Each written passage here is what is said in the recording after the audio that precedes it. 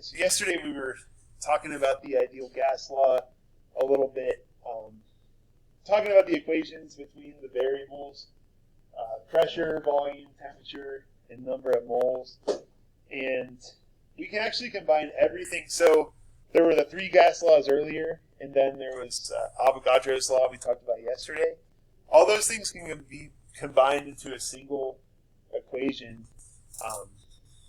PIVNERT, the PV equals nRT equation. And the only new thing to us should be R. And R is on those conversion sheets that I gave you. So if you look, I think we did talk about this yesterday a little bit, but R should be on here, the ideal gas constant. There you go. So notice there's four different ones down there. My suggestion is to use that first one and just always get in the habit of turning your values into liters, atmospheres, moles, and Kelvin.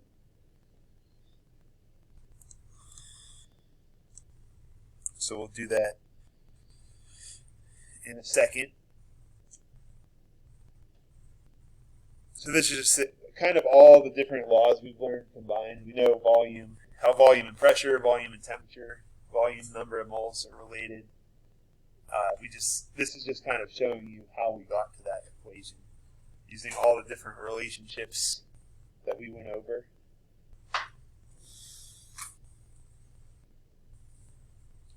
Again, R is your ideal gas constant.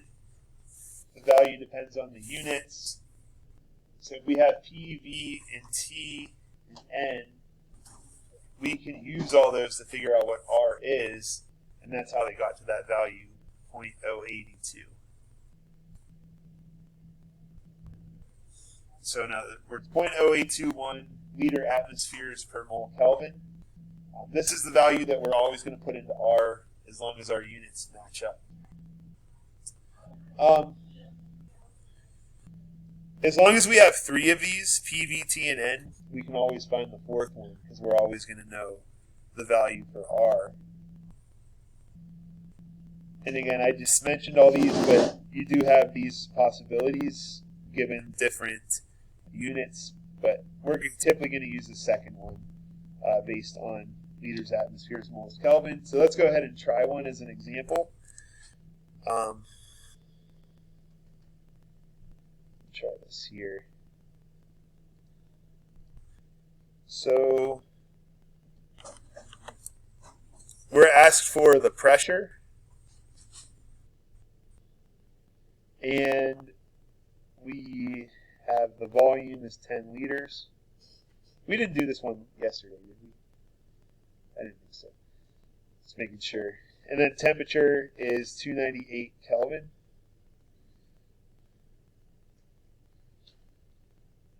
And they gave us I think we started it, but I decided to save it for today. So then my N is number of moles, and that's going to be 0.5. So when I set this up, PV equals nRT. Pressure is going to stay P. Oh, what is happening there? Wow.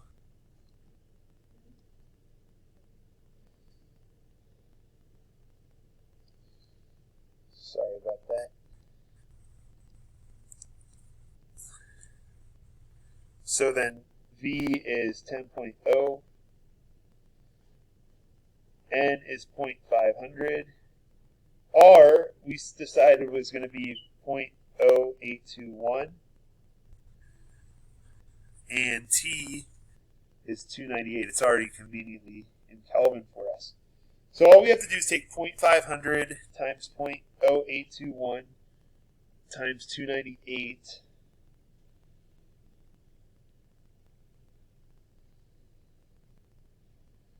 Anybody get a value for that? And then that's going to be P times 10 is equal to that. I'm just going to leave it there. So then I divide both sides by 10.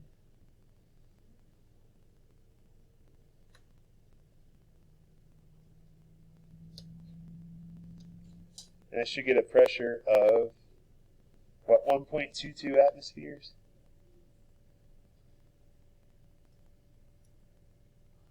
So that's, Pivner's not too bad, right? That's how we use that equation. That's on the next homework, which is why I saved it for today. Any questions on that? All right. So I would like you guys to go ahead and try to figure this one out on your own. So I'll give you a little bit of time. If you're watching on video, go ahead and pause the video and work it out.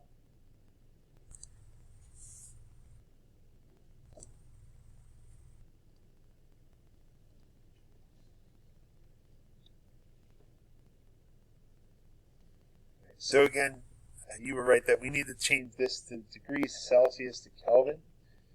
So we're going to do pressure. We don't know. Volume is 10 liters. Temperature would be 20 degrees Celsius, which converts to 293 Kelvin. And then moles is 0.5, just like the last problem. So it's very similar. It's pressure times 10 equals 0.5 times 0.0821 times 293. Fit all in there. And then we should get one. Did we get 1200? Or how did that work out?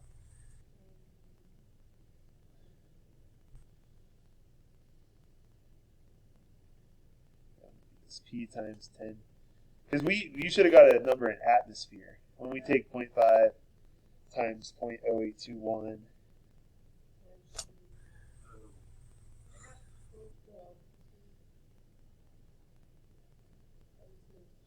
O2. And then divide both sides by 10. So I definitely see where the 1.2 is coming from. The problem is that's an atmosphere. So we technically need to convert it to kilopascals. On our conversion sheet, does anybody remember what that is? So one. Yeah. So 103.1 kilopascals for every 1 atmosphere. So is that even an answer on there?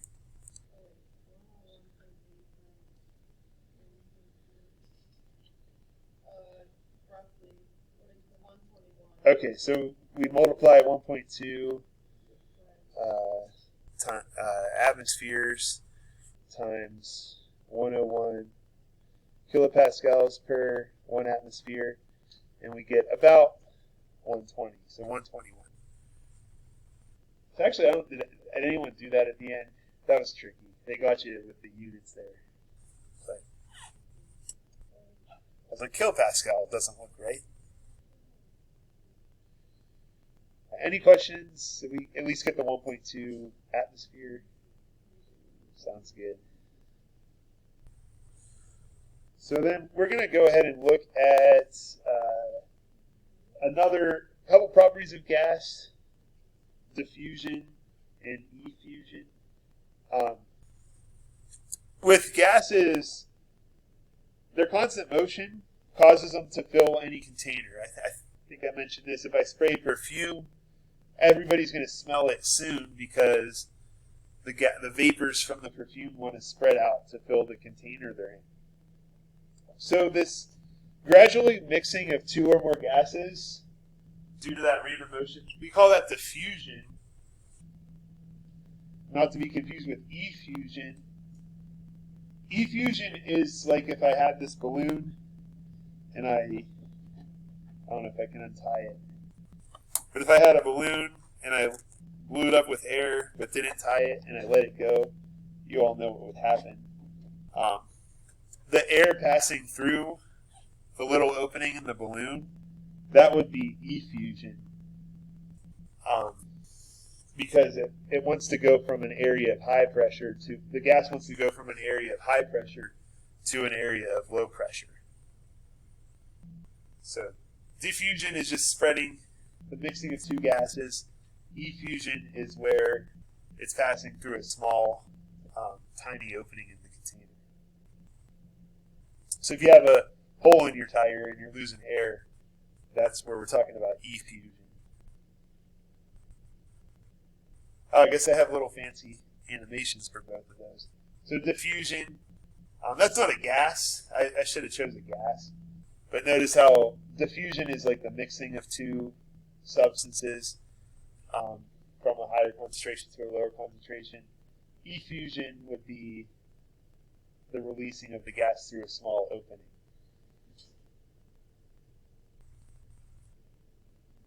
So we have this this thing called Graham's law of effusion, and it gives us it tells us that the rates depend on the mass of the gas molecules.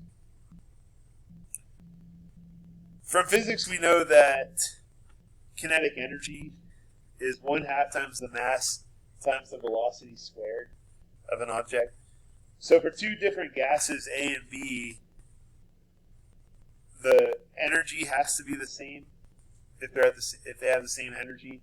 So it would be 1/2 times the mass of A times V squared of A equals 1/2 times the mass of B times V squared of B.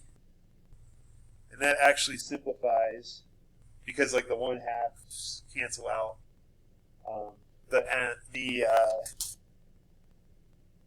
So with the V stands for the rate of fusion. So the ratio, I know it looks kind of complicated, but the ratio of how fast A effuses compared to B is the ratio of the square root of the mass of B compared to the square root of the mass of A. We're not going to do a lot with this equation. We just want to look at the idea that we can determine how fast the gases travel. And this is Graham's law of effusion. And we have to assume, by the way, that they have the same temperature and they have the same pressure. So what kind of results can we see with that? There's actually an experiment. And we did this. We can actually set this up. It's not one of those experiments that you see right away, but you can kind of see it happen over time. If you put a little bit of ammonia on one side of a tube and then put hydrogen chloride on the other side of a tube, their vapors, when they combine, they make a white precipitate. So you can actually see, kind of consider this a race. These gases are traveling this way, and these gases are traveling this way. Let's look at those two gases. So review a little bit of Chem 1 here. Would anyone be able to tell me the molar mass of ammonia?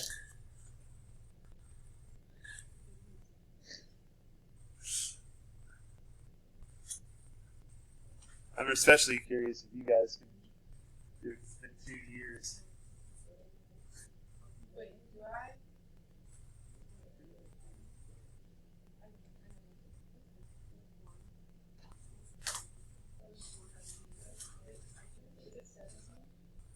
Yes, yeah. So we're going to take nitrogen, which is 14 grams per mole, add the 3 hydrogens, so it's 17 grams per mole. And then how about HCl?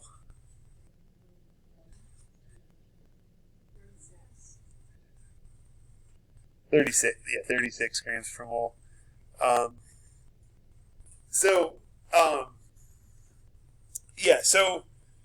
based on that formula, notice how the rate of effusion of A compares to the rate of effusion of B. If we let's call ammonia gas A and hydrogen chloride gas B. So we look at the square root of, we said B was 36 and A was 17. Okay. So am I going to have a higher, do you think I'm going to have a higher rate for A or a higher rate for B?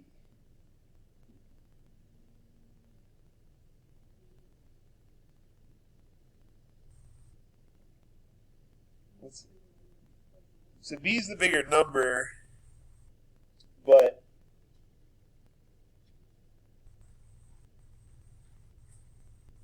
I'm trying to think how to describe this in an easy way. Since the rate of A is on top, the rate of A is going to be faster because the mass of B is bigger. You see what I'm saying? Compared to B, which has only the mass of A. So because the bigger number's on top, the A is going to effuse faster. So what if it was Flipped, so if I had like radical 17 on top. Yeah.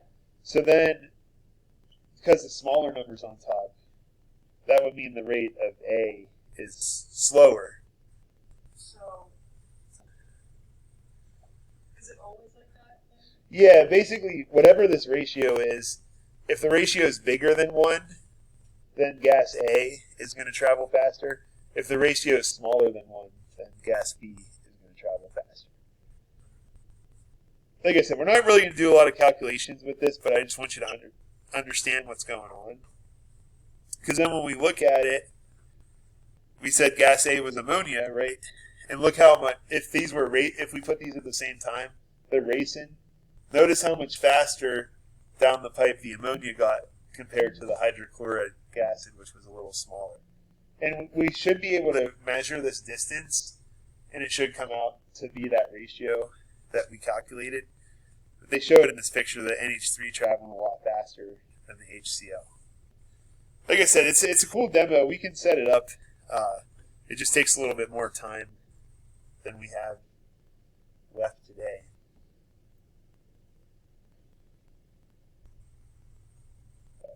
So just let's look at hydrogen gas and oxygen gas. Now I gave you that equation because you can actually do the math, but there's actually a simpler way to figure it out. What do you think is going to effuse faster, hydrogen or oxygen? Which one would win the race in the two? Yeah, the hydrogen, essentially because it's lighter. All that to say that the lighter gas travels faster. Obviously, that's not a mathematical way to describe it, but the hydrogen would travel faster than the oxygen.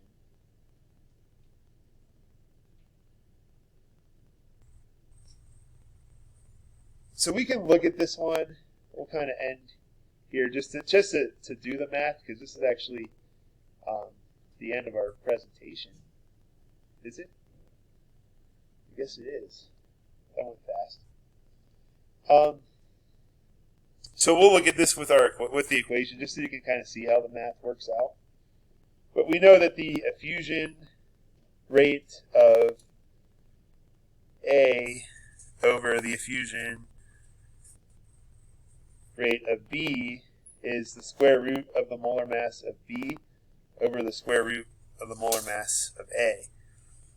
So if I know that gas A effuses twice as fast as CH4, we can call gas A the unknown gas.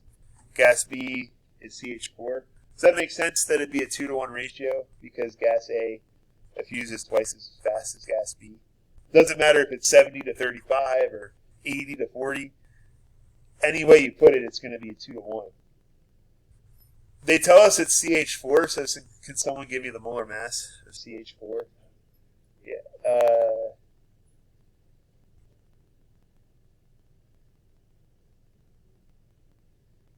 You're right if C was 6, but that's its atomic number. Its mass is 12. So yeah, it's going to be 16 grams per mole. So I can tell how you're thinking there. So it's going to be square root of 16 over, we don't know, we're trying to find the molar mass of A. So 2 times square root of the molar mass of A equals square root of 16, which is 4. So divide both sides by 2. I get that the square root of NA equals 2. What would I have to do to get the square root by itself? Square it. So then we get NA equals 4. Because 2 squared is 4. You won't really see anything like that on the quiz, but I just wanted to show you how the math works out with that. And so we've covered everything I want to cover in Chapter 11. Hopefully that wasn't too painful.